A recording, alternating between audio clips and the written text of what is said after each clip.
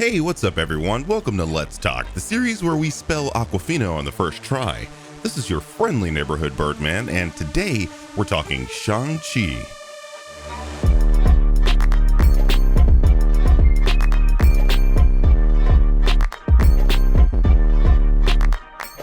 So Shang-Chi is the latest MCU film and its first pure martial arts film. It tells the story of Sean, a young valet worker in San Francisco. After the events of Avengers Endgame, Sean receives a mysterious postcard from his estranged sister inviting him to Macau.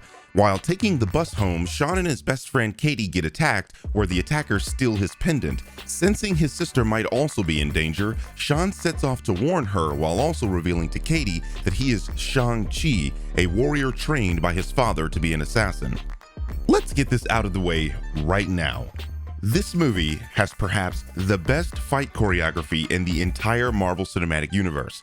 If you liked Winter Soldier for its fights, you'll absolutely adore this film's fights. These are the kinds of fights we should have gotten in Iron Fist, but didn't. Simu Liu, an actual stuntman and the actor that plays Sean, is perfectly cast for this role, because not only do you like him as a character, the physicality and grace he brings to the fight scenes are absolutely top tier.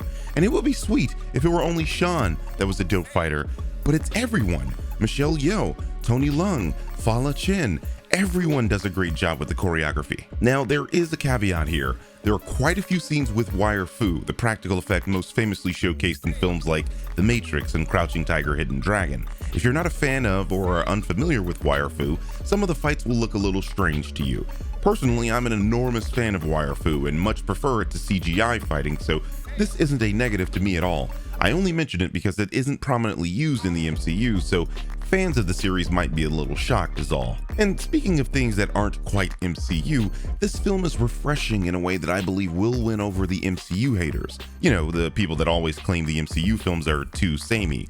This movie isn't a typical superhero film where the hero gets their powers or magical weapon and then they have to stop an unrelated villain who is hell-bent on world domination or something grandiose like that. I mean, there is a villain here who is trying to do something that can have large repercussions, but it's a little more complex than that. This film is akin to a classic Chinese epic, where the young hero already knows how to fight through rigorous training, and the story the film tells is a little more intimate than your standard superhero fare. I mean, a lot of the dialogue is spoken in Mandarin Chinese, which is awesome and something the people who made the live-action Mulan film should have done. And this really works to the film's benefit because it adds a layer of authenticity that something like Mulan lacked. One was made to pander to a Chinese audience, and the other was a fully realized story that just happened to be about Chinese characters. There's a difference. The plot in this film is, again, refreshing. The story is much more grounded than your typical MCU film, and it's all about Dominic Toretto's wet dream. I mean, family. And sure, this could be seen as cliche, but how many Marvel films are about literally fighting your family? I mean, you got Thor, but even then, Loki's adopted, and Hela was a one and done where you barely felt any connection between them. Here, you understand why these characters are conflicted and why they do what they do, and it's just more believable and realistic in my estimation. And although this is an MCU film and comedy plays a part, this isn't a clown show and some dark shit goes down here. I know more than a few people don't like Awkwafina, but I thought she did a great job here bringing in the comedy where it was warranted, but not overshadowing the emotion of the scene, which is a criticism that plagues the MCU of late. I personally enjoyed her antics anytime she was on screen, but I know some people will still be bothered by her being the MCU guy. The film actually gives her a role to play in the conflict, however, so she's a net positive for me. Another nice aspect of this film is that this is one of those MCU films with a pretty good villain. We've got a few strong villains in the MCU, like Thanos, Winter Soldier, and Loki, but villains are usually DC's forte, whereas Marvel does a better job with the actual heroes. I'm happy to say that the Mandarin is actually a threatening and cool villain, and he's not just your typical do bad things because good guy need foil. There is legitimate conflict within him, which will become obvious upon watching this film. He's not the strongest villain Marvel has put out into the ether, but he's a worthy member of the stable, and I'd classify him as one of the more fleshed out bad guys in the series. Now, I'd like to talk about the visuals of this film, something that was hit or miss for me. There are some spectacular set pieces in this film, with most of the scenes containing CGI being pretty well done.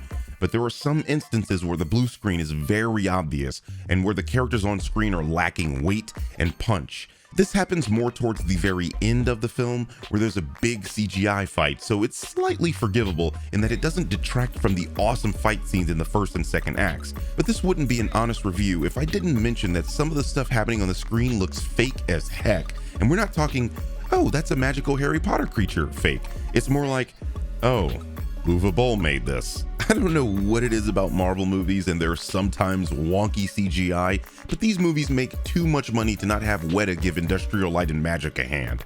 And that being said, I have to say that the ending of the film is the weakest part of the film overall, because the sick fight scenes took a backseat to the grand CGI stuff, which is unfortunate because I'm not entirely sure they had to go that route. Overall, I enjoyed the hell out of Shang-Chi.